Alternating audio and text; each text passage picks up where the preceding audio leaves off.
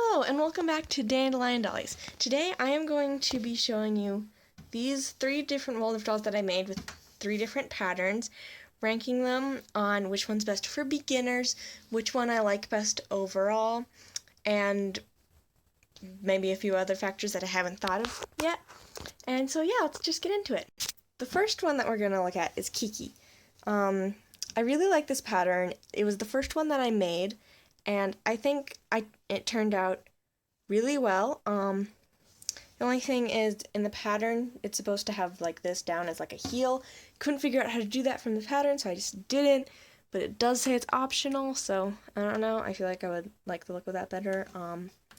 It's super cute. I definitely like this pattern, and I would definitely sew it again.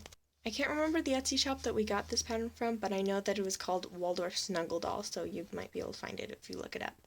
I give this pattern a 9 out of 10 for ease, 10 out of 10 for snuggleability for younger children and stuff like that. And since I didn't make the head for Kiki, I can't give a rating for the instructions for making the head, but there is those instructions, and if they're not good, I guess you could just look at a YouTube video. Next up is this baby doll pattern from Waldorf Doll Shop. Now, the actual pattern for the doll is like way too expensive. It's like $30 or something. So what I did is I just got the pajama patterns and made the pajamas in like a tanner color, because you can remove the pajamas. I really like that about these dolls. And I got these 3 because they each have their downfalls of what you stuff them with. With weighted material, you're supposed to use millet, but I didn't. It uses a lot of the whatever weighted material you're using, and it can pull at the seams. I've had to re-sew the head on a few times, and I've only had this doll for a few months, but it's really fun, and it's especially fun to throw these dolls. I don't know why, but that's super fun. And if you just stuff it with wool, it doesn't really give that like baby vibe. I like it a little weighted, so yeah, but I really like how squishy the just stuffed with wool is, and she's so cute. And this is a mixture of wool and weightedness, so I really like this. This one's probably my favorite. I could have even done a little more weight in this. I like that.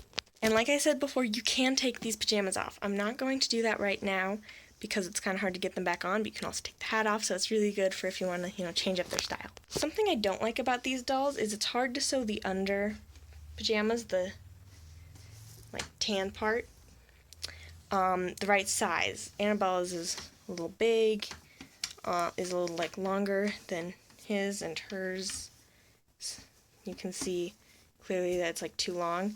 I made the pajamas smaller on him to but I didn't realize that hers were too small, so yeah.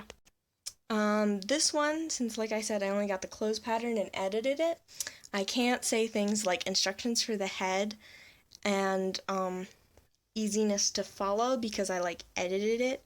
But for the pajama patterns, easiness to follow, 10 out of 10. It was super straightforward. Loved it. For the snuggliness level, if you do a half and half mix, it's perfect snuggliness. If you do a little bit, it's if you do this, it's 10 out of 10. If you do this, it's more like an 8 out of 10. This one isn't as snuggly, but it's still super fun to play with. So this one's snuggliness, 7 out of 10, but still 10 out of 10 for doll. Also, I don't know if I mentioned, but I got the last pattern from Waldorf Doll Shop.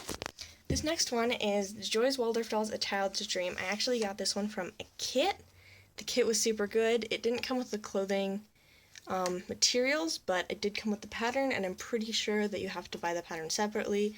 The clothes pattern, if you just buy the doll pattern, so yeah. So that takes some points off, but the kit was super fun. Instructions for the head, 10 out of 10. They were super easy to follow, and after I learned that, I learned how to make super good heads. Instructions for the clothes, though, were kind of confusing. She's not wearing the clothes that I got from the pattern, but still they were kind of confusing, especially with the panties. The clothes instructions would be a 5 out of 10. As you can see, I didn't really conceal these stitches up here. Didn't really show how to do that, so easiness, sorry about that. Easiness to follow, probably a 7 out of 10. Snuggliness level, 8 out of 10. And overall, say about 9 out of 10. That's all for now, my dolls and I. Hope you stick around. Bye!